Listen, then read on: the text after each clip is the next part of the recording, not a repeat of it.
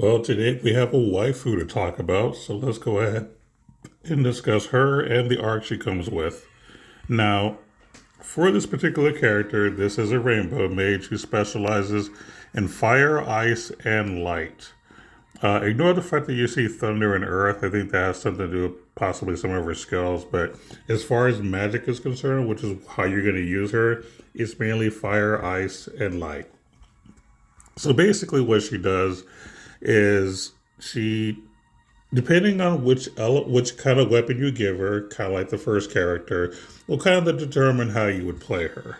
But we'll talk about the first trait first. So all magic attacks have a chance to crit. That's always good. And you get some damage cap. If you have a staff and a robe equipped, you get lots of stats. Also, a magic attack costs more MP but deals more damage and provides more damage cap. So basically, you want to use her mana magic, is what this trait is telling you. As far as the second trait, all this is talking about is what class she'll be depending on the weapon you use, either it's fire, ice, or light. That's all this says. Now, if you want to get more details, she does have some class abilities. So to kind of break it down, if you have a fire staff, this makes you deal a lot of special damage cap, and it ignores attribute resistance. So you don't have to equip specific weapons that go around resistances. This passive will automatically do it as long as you have a fire weapon equipped. But that's if you care about special nuking, this is the way to go. I used to be excited about stuff like that, but I don't use it this way. Not really my style. But if you appreciate it, it's cool. Just keep in mind that the special only is one hit, so just keep that in mind. Now for ice, basically, oh yeah, general base.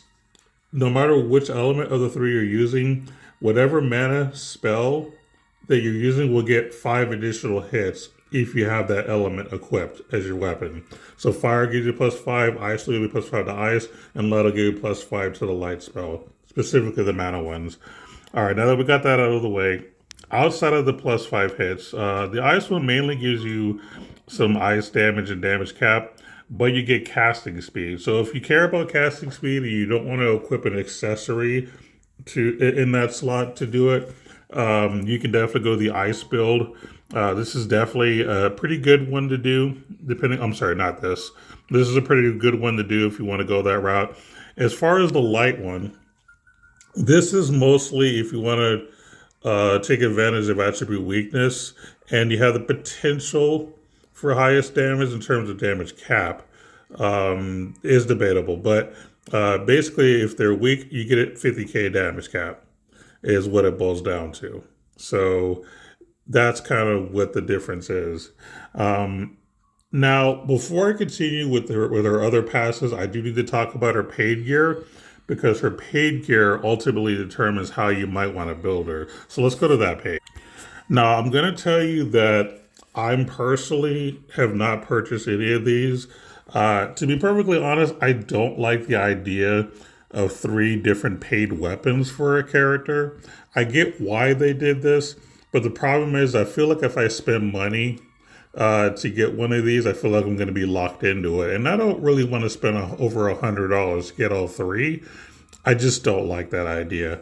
But if you're a spender and, you want to get some ideas, for the fire one, basically this just enhances the whole fire damage thing. So you get more damage, you get more damage cap, and it makes the special attribute fire. That's mainly what this does. For the ice one, this one I kind of like. Basically, you get obviously more damage and damage cap as you would expect. Critical magic attack damage cap 3k, so you get more of a damage cap if you crit, and magic attack crit rate +7%. So this is actually a very, very good weapon, and obviously I'm more, biased for this because I like crit rate stuff. So this is definitely up my alley. Crit rate with crit damage cap, like I think that's amazing. So if you want to go like a full crit build, I would recommend the ice one. And as far as the light one, other than the damage and damage cap stuff, basically if you with attacking, low chance to give enemy a -10 light resistance for 20 seconds. Obviously, the chance is probably going to be low, so I wouldn't rely on this. But this is also a pretty decent weapon. But in my personal opinion, like if I decide to say screw it and spend an extra $30 and pick one of these, I think the ice one is the best. I mean, in terms of potential damage, this is actually much higher. The only reason that is debatable is that with the light one, the light spell itself is going to deal more damage and damage cap in general. So this could arguably be better. But if you're going for like a more pursuit build, I still think this has a chance to be even better than the light one. So that's something to kind of debate about. This is going to really just determine what your playstyle is. If you like crits and you're really big on that, I highly recommend this. However, if you don't care about criticals and you just want to focus on solid damage and damage cap, this might be the one for you. I really don't I can't really recommend this one, to be perfectly honest, because this isn't really doing a whole lot for you. At base level, they're all giving you damage and damage cap. But the only thing extra you're really getting here is just making your special attribute fire. I mean, the MP plus 15% is nice, but a lot of this other stuff is just so much better. Crit rate, crit damage cap, and then, potentially lowering resistance with your spells. So, I mean, there's the ice and the light one are clearly the two better ones, especially if you're doing like an offensive magic build. Like I said, I just don't even think this is necessary for the special build of the character. So that's kind of why I want to discuss real quick before I go back to the kit. Yeah. Oh, also, as far as his magic spells now, and my personal build, I turned off Big Bang in absolute zero.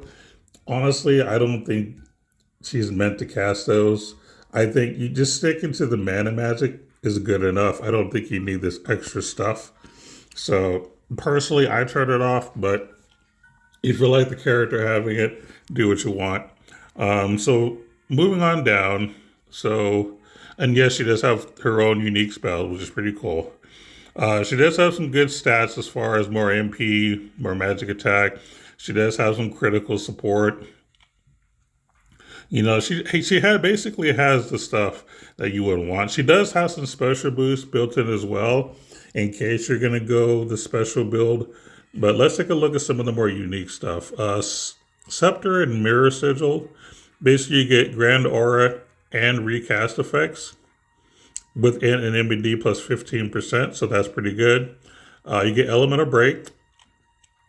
So if you decide to activate her special, she does get a 50% intelligence increase. Well, it gives it to her and all of her allies, and give a magic attack damage 30% and 10k buff to the unit itself. So that's something. I don't think I really ever use this, but it can come in handy. Like if you're fighting a boss and you want to be able to deal damage as fast as possible. I could see, having one of your other characters use Great War Ruin, activate it, and then all of a sudden her spells are doing more damage. So I could see something like that. If you're fighting a boss, that could be a good thing to help, her to deal damage before she runs out of MP. Scepter of the King. Basically, it just increases her damage and damage cap for her special. If she has less than 30% MP, the damage cap goes up even higher, once per wave. I don't particularly care for this ability, but it's something if you want to go the special build route. There are ways to, lower her MP really quick, like just casting like Honey Elixir on somebody else, and then using a special could do something. So there are some strats you could use to take advantage of this, but not that I'm interested in. So this one, magic attack is special damage taken minus 30%. Battle start, give a random type to the unit. An enemy drawn -1. So basically, you get some defense, but at a cost, is basically what this is saying. And then she has some transcendence stuff, so more magic attack, mana magic damage cap. You get damage cap for each repeat of a spell. That's very convenient. Uh, some damage reduction, crit damage cap, so that's really nice. And then some M&D boost to your weapons and equipment, basically. And then just damage cap. I'm sorry, just pure damage for all the elements that she chooses to use. So overall, I think she has a really fun kit. I think if you pull her, you pulled a very, very good mage. I'm not going to make comparisons to other mages, but I'll say that she's good enough to do the job. If the enemy you're facing is weak to fire, ice, or light, I highly recommend just throwing her as your mage in the team. She'll do good enough. And she's just a fun unit. She really is. So that's kind of how I feel. I think this is more of a fun unit. In terms of PvP, I don't really see much potential, but I could be wrong. I really haven't even thought about PvP with this character. I just enjoy using her just like in events and stuff like that. So PvP has been the last thing on my mind in terms of this character. So I really don't have much of an opinion. But I do think in any PvE content, you'll have a good time with her if the element is correct. But yeah, overall, I like her. She's a lot of fun. I had to jump to my build real quick. This is just kind of a temporary thing that I'm doing, but I wanted to discuss the other paid gear. If I was to recommend either one of the weapons or the robe, I 100% say the robe because you're not locked into a specific play style with the robe. So if you're like a light spender, like me, like a budget spender, and you just want to pick one item, I think this is consistently the best one. So I would say this is kind of what I chose here. You basically get some damage cap, which is always good. Non-stacking magic damage cap as well. So you get regular damage cap and non-stacking damage cap. And then of course, you get some increase to your MP, all that good stuff. And it has good stats. Like I said, overall, it's just a great item for her specifically, best in slot compared to the weapons. The problem with the weapons, as I said earlier, is it literally locks you to that element. So you really have to like a certain play style in order for me to justify, you know, getting a weapon. But I can justify the robe 100% because it's going to be good no matter what you're doing with her.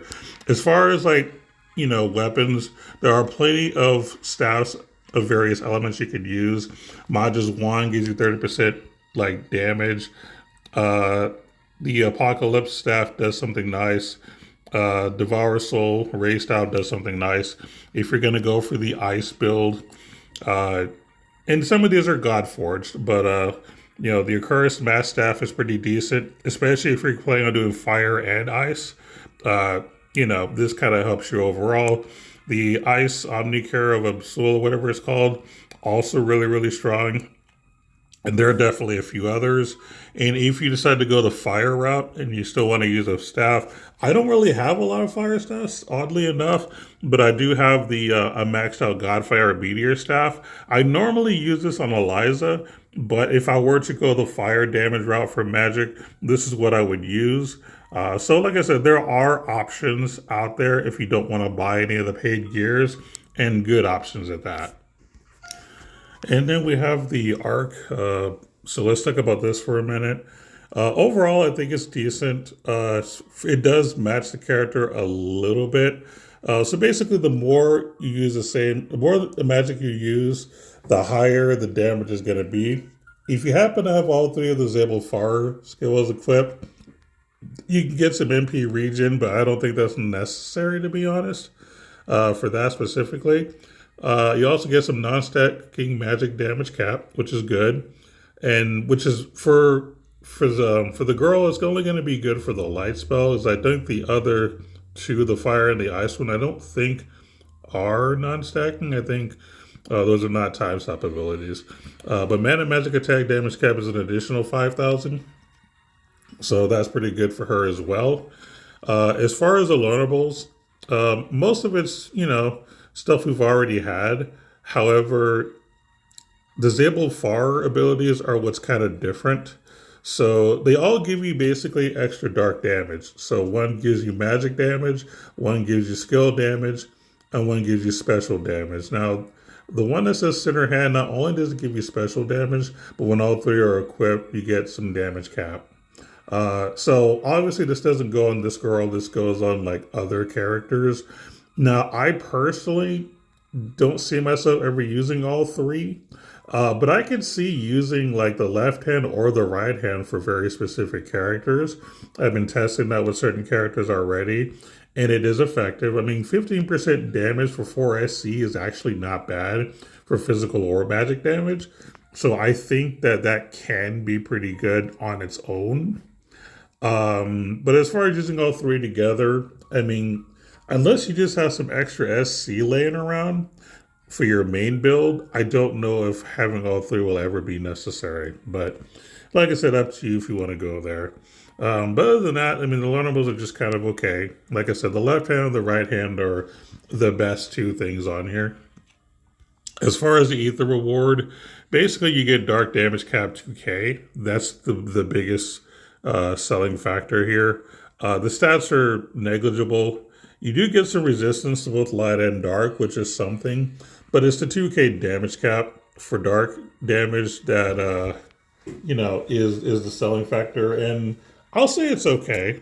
If you have a physical DPS, or if you just have a DPS for dark in general, I think this would be an okay thing to equip. So, like I think it's fine. Overall, I think it's a fun arc. It has some interesting, unique stuff. I think it's fine if you pull it. I did end up pulling this and the character, so I'm having fun with that. But yeah, overall, I think it's a really good banner. I like the girl. I think Palamena. I keep wanting to call her Philomena, but that's a different property altogether. But I think that she's worth it. I think she's a lot of fun, and I think the arc is cool, and it matches her as well if you want to get some good damage cap, especially with her light spell. But yeah, overall, good stuff.